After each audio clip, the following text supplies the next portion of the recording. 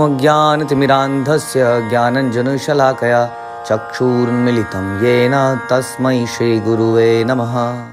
चैतन्य Charitamrita अंतिल्ला chapter 16 प्रयास संख्या 135 136 में हम चर्चा करते हैं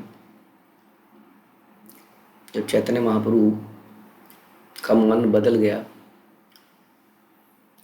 उनका क्रोध शांत हुआ, लेकिन उनका मानसिक क्षोभ बढ़ गया। उसके बाद परम दुर्लभ ए कृष्ण धरामृत ताहा यही पाए तारा सफल जीवित योग्य हैया केहत करिते ना पाए पान तथापि से निर्लज्ज वृथा धरे प्राण। तो इसको बता रहे हैं कि ये जो हमने अभी तक चर्चा करी ये बहुत ही दुर्लभ वस्तु है और किसी को भी थोड़ा सा मिल जाए तो उसका जीवन सफल हो जाता है, लेकिन जो व्यक्ति इस अमृत का आपको पीने के लिए समर्थ व्यक्ति इसका पान नहीं करता तो निर्लज्ज व्यक्ति वैसे ही जीवन धारण करता है। यानी कि वास्तव में कृष्ण का प्रेम हमारी भक्ति का प्रयोजन है, हम समझ सकते हैं इस प्रकार। और वो प्रेम की कोई लिमिट नहीं है। प्रेम में हम अलग अलग भाव में भगवान के साथ रिलेशनशिप बनाते हैं, दास्य, साख्य, वात्सल्य और माधुर्य। इसको कितना भी बढ़ाया जा सकता है। माधुर्य के अंदर भी महाभाव हम सुनते हैं, भाव और राधा रानी का प्रेम, तो इसकी कोई लिमिट नहीं है।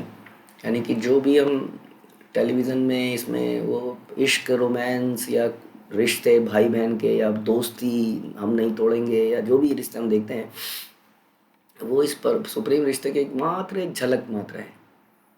हाँ, और कंटामिनेटेड है सेल्फ इंटरेस्ट से। लेकिन ये जो हम प्रेम देख सकते तो उसमें भी हमें बड़ा आनंद आता है ना। दोस्ती आदमी कितनी आदमी सब कुछ छोड़ देता अपनी दोस्ती के लिए कई बार।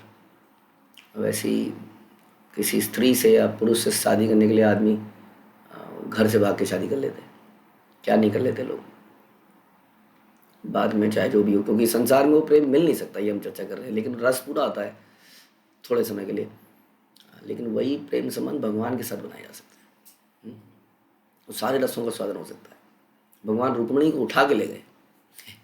रुक्मिणी ने पत्र लिखा कि हमारी ऐसा ऐसा हो रहा है, तो भगवान ने इतने वीरता से, पूरी मूवी बनाई जा सकती है उस कैसे रुक्मिणी विवाह हुआ। तो वो सारे रस वहाँ भी मिल सकते हैं। यहाँ पर रस में खटास आ जाएगी थोड़े दिनों में ही, लेकिन वहाँ के दिव्य रसों में आनंद बढ़ता ही जाएगा। तो जो व्यक्ति इसको समझ रहा है, एटलीस्ट जो समझ नहीं रहे वो तो परम दुर्भाग्यशाली लोग हैं। वो मनुष्य योनि में जानवर के जैसे हैं। जैसे जानवर को बड़ी लो कॉन्शियसनेस होती है, जानवर को केवल खाना पीना, आहार निद्रा भय मैथुन, बस जानवर की चेतना से ऊपर नहीं उठ सकती है ना। कुछ जानवर फिर भी आप देखिए रिलेशनशिप बनाते हैं। जैसे कुत्ता है रिलेशनशिप बनाता है, इवन गाय रिलेशनशिप बनाती है इन मनुष्यों से भी। तो ऐसे रिलेशनशिप थोड़ा हायर कॉन्शियसनेस है, इसके रिलेशनशिप बनाते हैं, बट इसके वो भी बहुत ही एलिमेंट्री लेवल पर ये जानते हैं इन चीज़ों को। तो जो इस कृष्ण प्रेम के इस अमृत का को जानता ही नहीं है वो तो परम दुर्भाग्यशाली हो गया, तो जानवर की तरह ही हो गया। लेकिन जो जान गए और जान कर भी इसमें डूब नहीं रहे इतना, तो वो कह रहे हैं वो व्यर्थ ही अपना जीवन निभा रहे हैं, कर रहे हैं व्यर्थ ही, जीवन व्यर्थ है उनका, क्योंकि इतना क्लोज पहुंच के भी हम समझ गए लेकिन हमने करा ही नहीं, बिकॉज ऑफ एनी रीज़न। जो हमारे रास्ते में सामाजिक कारण रहे, आर्थिक कारण रहे, कारण कुछ भी बना सकते हैं हम, लेकिन वास्तव में कोई कारण नहीं है इसमें इसको रोकने वाला। अयोग्य हयतः केह सदा पान करे योग्य जन नाही पाए लोभे मात्र मरे। ऐसे लोग भी हैं जो उस अमृत को पीने के योग्य नहीं है, फिर भी वे उसे लगातार पीते हैं। जबकि कुछ ऐसे व्यक्ति हैं जो उसे कभी नहीं पाते और ललचाते हुए मर जाते हैं। ताते जानी कौन तपस्यार आछे बल अयोग्य देहो या कृष्ण धरामृत फल। इससे यह समझ लेना होगा कि ऐसे अयोग्य व्यक्ति ने किसी तपस्या के बल पर कृष्ण के होठों का अमृत पान किया होगा। लग रहा है कि अयोग्य है, संसारी रूप से लग रहा है योग्य है, लेकिन फिर भी योग्य है। कई बार हम जाएंगे ऐसी जगहों पर, जैसे वृंदावन में गए हमें लगेगा एक सड़क में किनारे में कोई भिखारी बैठा हुआ है, पता नहीं कौन है, हम जानते नहीं कि उसकी मन की स्थिति क्या है। और वास्तव में भिखारी या कोई करोड़पति है जो कृष्ण के लिए भिखारी बन गया है? भिखारी नहीं है। वो भगवान का नाम ही जपे जा रहा है, नाम ही जपे जा रहा है दिन रात। So you never know. अयोग्य से लगते हैं कई बार कई व्यक्ति, हम समझ ही नहीं पाते वो कितना अमृत का पान कर रहे हैं। तो इसलिए कभी किसी भक्त को के लिए हम बता नहीं सकते कि उसकी क्या स्थिति है। योग्य अयोग्य कृष्ण जानते हैं। कुछ ना कुछ तो उसने किया होगा जिस प्रकार से भगवान के नाम ले पा रहा है, उनका ध्यान कर पा रहा है। कह राम राय किछु सुनीते है मन, भाव जानी पड़े राया गोपीर वचन। श्री चैतन्य महाप्रभु ने पुनः रामानंद राय से कहा, कृपया कुछ कहो, मैं सुनना चाहता हूँ। स्थिति समझते हुए रामानंद राय ने गोपियों के निम्नलिखित वचन सुनाए। गोप्य किमाचर दयम कुशलम स्मा वेणुर, दामोदराधर सुधामति गोपिका नाम, भुंक्ते स्वयं यद वशिष्ठ रसम हृदय नो, हिदिन्यो हिषतत्वशु मुमुचुस्व चुस्त रवो यथार्थ यथार्या। हे गोपियों, इस वंशी ने स्वतंत्र रूप से कृष्ण के होठों के अमृत का पान करने के लिए तथा वास्तव में जिन गोपियों के निमित्त यह अमृत है उन्हें केवल थोड़ा सा अवशिष्ट दिलाने के लिए कौन से पुण्य कर्म किए होंगे। लगती तो वंशी अयोग्य है, बांस का टुकड़ा ही तो है। लोग कहते हैं कि कई बार लोग कहते हैं कि घर में अगरबत्ती मत जलाओ क्योंकि उसमें बांस है, इतना अशुभ है, क्योंकि उसमें अर्थी ले जाई जाती है। कितना अशुभ है, अगरबत्ती मत जलाओ बांस की। तो और यहाँ बांस जो है भगवान के अधरों में चिपटा हुआ है, अर्धा अमृत पी रहा है, कंटिन्यूसली पी रहा है, सांसारिक दृष्टि से अयोग्य दिखता है। हाँ, तो हमें समझना पड़ेगा कुछ तो किया होगा। हो सकता है हमारे जैसे वेल एजुकेटेड नहीं है, हमारे जैसा इंग्लिश नहीं बोल पाता है, हमारे जैसा वेल कल्चर्ड नहीं है, लेकिन जो कृष्ण के अधरों का अमृत पी रहा है उसका मतलब उसने वो सब कुछ कर लिया है। जो कृष्ण के नाम का रस ले रहा है इसका मतलब सारी तपस्या, सारे यज्ञ, सारे दायित्व, सारे धर्म, सब कुछ पूरा कर चुका है। सारी तपस्याएं, सारी तीर्थ यात्राएं, सारी नदियों में स्नान, सब कुछ कर चुका है, ऐसा श्रीमद् भागवतम बताती है। तो ऐसे हमें सोचना चाहिए भक्तों के बारे में। तो हम यहाँ पर गोपियाँ इस वंशी को, जो कि अदरवाइज अयोग्य लगती है, कह रहे हैं कि इसने कौन से पुण्य कर्म किए होंगे। वंशी के पूर्वज बांस से निकली ना, बांस से के वृक्षों के ने प्रसन्नता के आंसू बहाए। बांस बड़े प्रसन्न है, हमारा बच्चा भगवान के पास पहुंच गया। बांस बड़े प्रसन्न है। उसकी माता नदी किनारे बांस उगा, जिसके किनारे बांस उगे थे, हर्ष का अनुभव कर रही है, मेरा बेटा वहाँ चला गया। इसलिए उसके शरीर में खिले हुए कमल पुष्प रोमांच की तरह लग रहे हैं। जैसे हमारे शरीर में बाल खड़े जाते हैं तो कमल ऐसे ऐसे खड़े नदी में, तो समझ लीजिए नदी बड़ी एक्साइटेड है, क्योंकि मेरा पुत्र कहाँ चला गया, भगवान के पास चला गया, मेरा पुत्र भगवान के पास चला गया, मेरा पुत्र भगवान के पास चला गया। आजकल के माँ बाप रोते हैं, मेरा पुत्र भगवान के पास ले लिया, मेरा पुत्र चला लिया, मंदिर में बना लिया, ब्रह्मचारी बना दिया, या सेवाओं में लगा दिया, छीन लिया। यहाँ पर डिफरेंट, यहाँ नदी बड़ी प्रसन्न है, मेरा पुत्र। एक यहाँ पर हम सुनते हैं करोल बाग में एक व्यक्ति थे, इज ज्वेलर, तो उनके 2 बच्चे थे, उनके दोनों बच्चे ब्रह्मचारी बन गए। सोचिए ज़रा, 2 लड़के थे केवल, दिल्ली मंदिर में ब्रह्मचारी बन गए। तो बताते हैं कि जो ब्रह्मचारी बने तो इतनी प्रसन्नता से उन्होंने प्रोग्राम कराया, एक बहुत बड़ा उत्सव कराया उन्होंने अपने घर में, और एक प्रोसेशन के साथ अपने बच्चों को मंदिर तक लेके गए। सोच सकते हैं आप लोग कितनी बड़ी बात है। और बड़ी प्रसन्नता से आदमी की बेटी भी घर से जाती है, जो कि सारी दुनिया को पता है कि बेटी जाएगी, तो रोना धुना होता है ज़बरदस्त।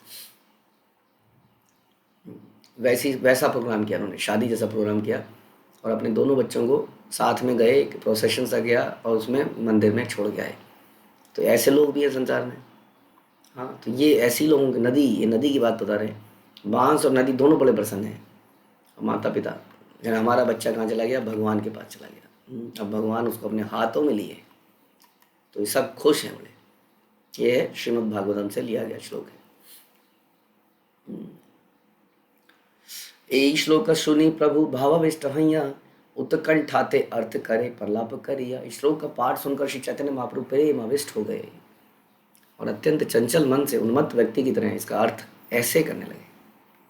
ए हो वजेंद्र नंदन वजेंद्र कौन कन्या गण, अवश्य करीब परनया, से संबंधे गोपी गण यार माने निज धन, से सुधा अन्य लभ्य नया। कुछ गोपियों ने अन्य गोपियों से कहा, ये भगवान इस श्लोक का जो वंशी का श्लोक था उसके ऊपर अपना बता रहे हैं, जरा ब्रजेंद्र नंदन की कृष्ण की आश्चर्यजनक लीलाओं को तो देखो। वे निश्चित रूप से वृंदावन की सारी गोपियों के साथ वे विवाह करेंगे, इसलिए गोपियां निश्चिंत हैं कि कृष्ण के होठों का अमृत उनकी निजी संपत्ति है और इसका दूसरा कोई भोग नहीं कर सकता। हम्म। लेकिन ये सुन के कई बार, जैसे इसलिए कहते हैं कि ये ग्रंथों को सुन के बड़ा पहले हृदय बड़ा पवित्र हो जाना चाहिए, नहीं तो इससे कामुक इच्छाएं पैदा होती हैं और आदमी संसार में जाके यही करने का प्रयास करता है। यदि हम गोपियों के भोग की बात करते हैं तो पहले गोपियों की तपस्याओं की बात करनी पड़ेगी, उनके चरित्र की बात करनी पड़ेगी, उन्होंने पिछले जन्मों में क्या किया उसकी बात करनी पड़ेगी। इस जन्म में जब ब्रजेंद्र नंदन यहाँ पर थे तब उन्होंने अपने क्या क्या बलिदान दिए, क्या क्या त्याग दिए। उनके जीवन में केवल कृष्ण की प्रसन्नता ही एकमात्र उद्देश्य था, चाहे कृष्ण उनको अपनाए या ना अपनाए, वो हमेशा यही सोचती थी। तो वो बहुत ही डिफरेंट प्रेम है, इसको हम नहीं सोच सकते, इसलिए ऐसे प्रेम को हम नहीं कॉपी कर सकते ना। इसलिए इस माधुर्य प्रेम जो है प्रेम में भी सर्वोत्तम है। और माधुर्य के अंदर भी जो विप्रलम्ब भाव है, जिसमें कि सेपरेशन, लव इन सेपरेशन, जब आदमी के पास कोई होता है तो उसको बहुत बेनिफिट मिल रहे होते हैं उसके, है कि नहीं। पति साथ में है तो बहुत बेनिफिट मिल रहे हैं, कई सारे माना।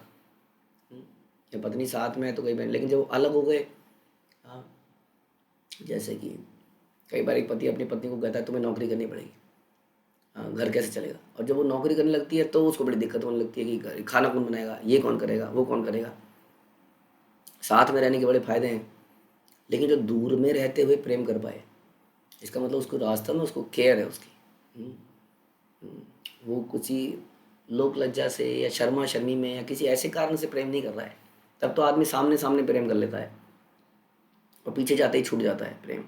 जैसे हम बता रहे थे कि प्रभुपाद के शिष्य प्रभुपाद के जाने के लगभग 45 साल बाद भी प्रभुपाद से इतना प्रेम करते हैं कि इस मिशन को चलाए जा रहे हैं। हाँ, गुरु की शर्म सामने सामने तो होती है, गुरु सामने है तो शर्म है, गुरु के पीछे से आदमी सब अनर्थ करता है, प्रजल पकड़ता है, अपराध करता है, ऐश्वर्य ईर्ष्या करता है, आपस में गुटर पुटर करता है, सारे काम सामने सामने शर्म है अच्छा बनने की कोशिश करते हैं। तो ये जो है ना, ये वास्तविक प्रेम नहीं है। वास्तविक प्रेम है जब व्यक्ति के ना होने पर प्रेम और बढ़ जाए। हम हमेशा सोचें क्या कहते थे, क्या करते थे, ऐसा ही जीवन ढालेंगे। तो ऐसा श्रील प्रभुपाद के शिष्यों ने किया, इसलिए आज इसको यहाँ पर पहुँचा। ऐसा ही ये गोपियाँ भगवान के ना होने पर भी, हाँ, उनसे अत्यंत प्रेम करती थी। कभी नहीं कहती थी क्यों किया, मेरे साथ ऐसा क्यों किया। अभी तो कह रही है सबसे विवाह करेंगे, है ना, कह रही है ना, हमारा तो हम निश्चिंत है, कृष्ण के अधरों में हमारा ही अधिकार है। कहाँ अधिकार है, अधिकार तो है ही नहीं, वो चले जाते हैं। काहे का विवाह, संसारिक दृष्टि से तो राधा रानी से विवाह नहीं करते, तो चले जाते हैं। लेकिन गोपियों का प्रेम कमी नहीं होता, हम भागवतम में देखते हैं, वो फिर भी उसी की चिंतन कर रही है।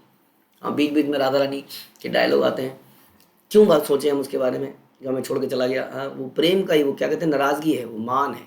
और थोड़ी देर में बोलती है लेकिन उनके बिना रह भी तो नहीं सकते।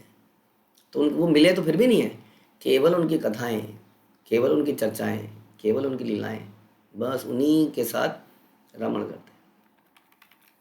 तो ये भाव हमेशा ध्यान में रखना पड़ेगा। हमारा अभी ऐसा नहीं है, मैं कह रहा हूँ ना, हमारा तो सामने सामने का प्रेम है। अक्सर चीज़ों में सामने सामने प्रणाम कर लेंगे, दंडवत भी करेंगे, पंचांग भी करेंगे, सब कुछ करेंगे, लेकिन कमिटमेंट एंड सरेंडर हृदय में नहीं है, पीछे से कुछ नहीं होगा।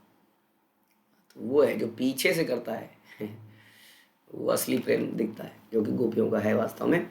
भगवान के ना रहने पर भी उन्होंने उतना ही प्रेम किया। गोपीगण कह सब करिया विचारे, कौन तीर्थ कौन तप कौन सिद्ध मंत्र जप, एई वेणु केल जन्मांतरे।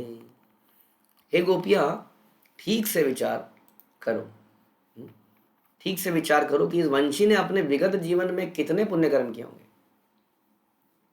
हम नहीं जानते कि उसने कितने तीर्थों का भ्रमण किया, कौन सी तपस्या की, अथवा कौन से सिद्ध मंत्र का जप किया। करा तो होगा, ये बात माननी पड़ेगी हमें। कोई यदि भक्ति कर पा रहा है तो उसने ज़रूर उसके ऊपर किसी वैष्णव की बड़ी ज़बरदस्त कृपा हुई है और उस कृपा को उसने लिया भी है। ना, कृपा तो होती है। देखिए, वैष्णव जो है तो ऐदों की कृपा करते हैं, अनवांटेड व्यक्ति को, अनडिजर्विंग व्यक्ति को भी कृष्ण प्रेम दे देते हैं। जैसा चैतन्य महाप्रभु ने ये सिस्टम शुरू किया, उसके बाद श्रील प्रभुपाद ने किया, उनके शिष्यों ने किया, तो वो तो दे रहे हैं अनडिजर्विंग लोगों को भी, लेकिन लोग लेते नहीं हैं, प्रॉब्लम ये है। तो उन्होंने लिया तो होने, इसका मतलब श्रील प्रभुपाद कहते थे कि जो भी मैंने किया ये असंभव कार्य, ये इसमें मेरा कोई योगदान नहीं है, तो मेरे गुरु महाराज की का आशीर्वाद है। लेकिन मैंने एक काम ज़रूर किया कि मैं उनकी इच्छा के अनुसार चलता रहा, बस मैंने अपनी स्वतंत्र इच्छा को उनके चरणों पर रख दिया। ये काम मैंने ज़रूर किया, इसीलिए ये कुछ हो पाया। तो जी हम यही कर सकते हैं बस।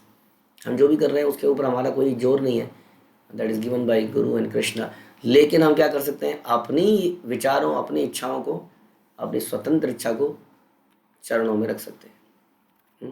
तब जाके असंभव कार्य हो जाते हैं। तो कुछ ना कुछ तो सबने, इसका मतलब कम से कम इतना तो हम सबने किया है, जो भी भक्ति कर रहा है या इतना करने का वो प्रयास कर रहा है। अगर किसी की प्रोग्रेस नहीं हो रही है भक्ति में, तो इसका मतलब वो ये वाली चीज़ नहीं कर रहा है, वो अपनी स्वतंत्र इच्छा बनाए रख रहा है, तो उसका बहुत ज़्यादा प्रोग्रेस एक स्टेज में आके रुक जाएगा। जो भी शुरू में तो जीरो माइनस में थे हम, तो माइनस से जीरो में जाएंगे, जीरो से 1 2 तक जाएंगे तो बड़ा अच्छा लगेगा। लेकिन अक्सर कुछ सालों बाद लोगों की भक्ति कम हो जाती है, वहीं अटक जाती है, फिर धीरे धीरे वो छोड़ देते हैं। कईयों को शुरू शुरू में ये भागवतम, ये भगवत गीता, ये चैतन्य चरित बड़ा आनंद आता है। हमने देखा पिछले, हम लगभग 2009 से, यदि माने 2009-10 से, अगर हम इसका प्रचार कर रहे हैं, इतने लोग जुड़े हैं तब से, और वो इतने सीरियस थे कुछ लोग। वो सुन, उसके बाद पता नहीं क्या हुआ, 1 2 साल बाद धीरे धीरे फेड आउट हो गया। जबकि कुछ लोगों को आज भी इसमें रस आ रहा है। जैसे हमने बताया कि कितने ऐसे इस्कॉन में जुड़े हुए लोग हैं जो आज की डेट में 50 साल से कर ही जा रहे हैं, उनको आज भी उन्हीं कथाओं में रस आ रहा है। वही भागवतम है आज भी, वही गीता है, वही चैतन्य चरितामृत है। तो ये है, लेकिन ये पुराना लगने लगता है कई बार, क्योंकि हम वैसी क्वालिफिकेशन डेवलप नहीं करते हैं, क्योंकि हम ये स्वतंत्र इच्छा को चरणों में नहीं रखते हैं। तो पहले पहले सब कुछ नया नया सुनाई देता है, कहानियाँ हैं। अल्टीमेटली चैतन्य चरितामृत में बहुत सारी कहानियाँ हैं, भागवतम में कहानियाँ हैं। ये कहानियाँ एक बार हम सुन लेते हैं तो बस सुन ली, अब कह रहे हैं अरे अब क्या सुने इसको। शुरू शुरू में सब कुछ नया था, ये फिलॉसफी नहीं थी। अच्छा, ये 3 मटेरियल मोड्स होते हैं, ओह ओके, अच्छा इतनी योनियाँ होती हैं, इतने प्रकार की, ऐसे ऐसे, ओह संसार का क्रिएशन ऐसे होता है। अच्छा, बहुत चीज़ें पता चलती रहती हैं 1 2 साल में, तो सब कुछ नया नया नया नया। उसके बाद सब पुराना पुराना पुराना लगने लगता है, क्योंकि हमने अपनी स्वतंत्र इच्छा को नहीं त्यागा, हमने भक्ति के गहराई को नहीं समझा कि इसमें रस आता है जब हृदय सरल होता है, तब आता है रस, तो उसके बाद आना शुरू होता है। कहानियों को जान के नहीं आता है। इसलिए कौन व्यक्ति आगे बढ़ पाता है, हम ये चर्चा कर रहे थे। हे न कृष्णा धर सुधा, ये कैल अमृत मुधा, यार आशाय गोपी धरे प्राण। यही वेणु अयोग्य अति, स्थावर पुरुष जाति, से ही सुधा सदैक सदा करे पान। ये वंशी सर्वथा अयोग्य है, क्योंकि ये केवल जड़ मांस का खंड है। इतना ही नहीं है, पुरुष जाति की है, फिर भी ये वंशी कृष्ण के होठों का अमृत पान कर रही है, जो प्रत्येक प्रकार के वर्णन योग्य अमृत की मधुरता को लांघने वाले हैं। गोपियाँ उस अमृत की आशा में ही जीवित हैं। हाँ, अदरवाइज सिंह वंशी क्या है, अयोग्य है, जड़ बांस है। मैंने कहा ना, कई लोग तो बांस को अशुभ मानते हैं, जड़ बांस है, पुरुष जाति का बता रहे हैं। पुरुष जाति अयोग्य है। पुरुषों को बड़ा घमंड रहता है अक्सर अपने पे। यहाँ बताया पुरुष अयोग्य है, क्योंकि वो सोचता है कि वो पुरुष है, इसलिए वो भोगता है। ये पत्नी उसके अंडर है, ये बच्चे उसके अंडर है, ऑफिस में वो बॉस है, वगैरह वगैरह। और कई स्त्रियां भी ऐसा सोचती हैं, जो स्त्रियां ऐसा सोचती हैं, सेम दे आर लाइक पुरुष। whosoever thinks that he is the controller, enjoyer, हाँ, वो भगवान के रस का अमृत कहाँ पान करेगा। हाँ, इट इज़ लाइक पीक। हमने सुना था ना, पीक लेने को कौन एक्सेप्ट होता है, पुरुष। थप्पड़ मार देगा किसी को अगर कोई पीक दे दो हल्का सा भी। बस में, मेट्रो में कई बार पीक देते हैं ना लोग।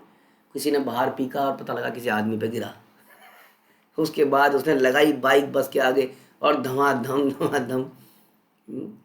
तो पीक एक्सेप्ट करना इज डिफिकल्ट। कपड़ों पे कोई गिरा दे, मुंह पे कोई गिरा मार दे, तो फिर तो बात ही क्या है। तो पुरुष अक्सर ऐसा नहीं कर सकते हैं। लेकिन वंशी तो पुरुष जाति की बता रहे हैं यहाँ पर। आप कह रहे हैं बांस है, लेकिन फिर भी ये सर्वोत्तम अमृत का पान कर रहा है। There must be something which we don't know. Yes, यार धन ना कहे तारे, पान करे बलात्कारे, पीते तारे ढकिया जनाय, तार तपस्यार फल देख इहर भाग्य फल, इहर उच्छिष्ट महाजन एक खाया। यदि भी कृष्ण के होंठों का अमृत एक मात्र गोपियों का धन है, किंतु ये नगण्य लाठी, यहाँ लाठी का नाम दे दिया, वंशी बलपूर्वक अमृत का पान कर रही है। हाँ, और गोपियों को भी पीने के लिए उच्च स्वर से निमंत्रण दे रही है, आओ आओ, देखो देखो कितना बढ़िया है, देखो मैं तो खा रहा हूँ, मैं तो खा रहा हूँ। मैं तो पी रहा हूँ, मैं तो पी रही हूँ। जरा इस वंशी की तपस्या तो सौभाग्य बल को तो देखो, बड़े बड़े भक्त तक वंशी द्वारा कृष्ण के होठों का अमृत पान किए जाने के बाद ही उस अमृत का पान करते ना। लेकिन ये अच्छी बात तो है वंशी की, वो रखती नहीं है अपने पास तक, वो ऐसा उसको बांट देती है। इस संसार में भी कोई बांसुरी बजाए अगर आपने सुनी हो तो एक असाधारण वाद्य है बांसुरी। सुनते ही सारे के सारे कंठ वो जो है ना कुंठाएं खुलने लगती हैं, अगर आदमी ध्यान से चैन से सुने तो। और जब इसको भगवान बजाते होंगे सोचिए तो क्या होता होगा। बिल्कुल सारी भागवत में जमुना जी जो है रुक जाती है, थम जड़ जाती है, बहना बंद कर देती है। हाँ, बताते हैं कि पत्थर पिघल जाए इतनी। क्या तो इस संसार की बांसुरी जब ऐसी सुनाई देती है हमें, सांसारिक वस्तुओं से बनी, सांसारिक व्यक्ति के द्वारा बजाई गई, तो वो ट्रांसेंडेंटल बांसुरी क्या मधुर आवाज़ निकालती होगी भगवान के होठों से। वो सबको बांटती है और इस प्रकार बांटती है कि कोई रुक नहीं पाता है। भगवान को किसी वास्तव में किसी चक्र की जरूरत नहीं है, सुदर्शन की जरूरत नहीं है। इसलिए भगवान वृंदावन में कभी किसी असुर को सुदर्शन चक्र से नहीं मारा। आपने सुना कभी कि असुर को वृंदावन में द्वारका में मारा? लेकिन यहाँ नहीं मारा। वृंदावन में तो भगवान केवल अपनी बांसुरी बजाते थे और वो बांसुरी से ही मोहित कर लेते हैं सबको वास्तव में। तो उनकी बांसुरी इज इनफ किसी के भी हृदय को पिघलने के लिए, मजबूर करने के लिए, क्योंकि वो भगवान के अधरों का अमृत बांट देती है। मानस गंगा कालिंदी भुवन पावनी नदी, कृष्ण यदि ताते करे स्नान, वेणु न झुटा घर धर, रस हैया लोभे परवश, से ही काले हर्षे करे पान। जब कृष्ण यमुना तथा मानस गंगा जैसी विश्व को पवित्र करने वाली नदियों में स्नान करते हैं, तब वे नदियां लोभ तथा हर्ष के साथ उनके होठों के अमृतमय रस के उच्छिष्ट का पान करती है ना। जब भगवान नदी में डुबकी लगाते हैं तब नदी भी उनके होठों का अमृत पान करती है। जैसे हम सुनते हैं राधा कुंड, श्याम कुंड, मानसी गंगा इत्यादि जगहों में, यमुना गंगा, तब यहाँ पर भी ये लोग भी भगवान के अमृतमय रस के उच्छिष्ट का पान करते हैं। इस प्रकार से हम विचार ला सकते हैं इन जगहों पर जाते हुए। एटलीस्ट इन जगहों पे हम आचमन तो करते हैं, कई जगहों पर राधा कुंड में, श्याम कुंड में। इसलिए पूरा स्नान भी आपको भक्ति में तर नहीं कर पाएगा, तर, और हो सकता है आचमन भी कर दे। कई बार हम स्नान करते हैं, गर्मी, वाह कुंड घुस जाओ लाइक गजेंद्र, हाँ, तो उससे वो लाभ नहीं मिलता है ना। इसलिए हम कहते हैं हमारे आचार्य की राधा कुंड, श्याम कुंड इज सो पायस, पवित्र। ऑल्दो नेक्टर इंस्ट्रक्शन में ऐसा बोला गया कि आप इसमें स्नान कीजिए, लेकिन श्रील प्रभुपाद ने पर्सनल एडवाइस कुछ शिष्यों को दी कि beware of it, it is too pair. हमारे अंदर भोगने की इच्छाएं बहुत हैं, लेकिन यदि हम आचमन करें तो आचमन भी बोला ये सोच के करें, वो कृष्ण के चरणों का जल है, उनके अधरों का जल है, ऐसा गंगा जी उनके चरणों का जल है, ऐसा करेंगे तो चेतना में बहुत फायदा होगा। एत नारी ग्रहु दूरे, वृक्ष सब तारे तीरे, तप करे पर उपकारी, नदी शेष रस पाया, मूल द्वारे आकर्षिया, कहने पे ये बुझे ते न पारी। इन नदियों के अतिरिक्त ये वृक्ष जो उनके किनारों पर महामुनियों की तरह खड़े हैं और सारे जीवों का कल्याण करने में लगे हैं, वे अपनी जड़ों से नदी के जल को खींच कर कृष्ण के होठों के अमृत का पान करते रहते हैं। हम नहीं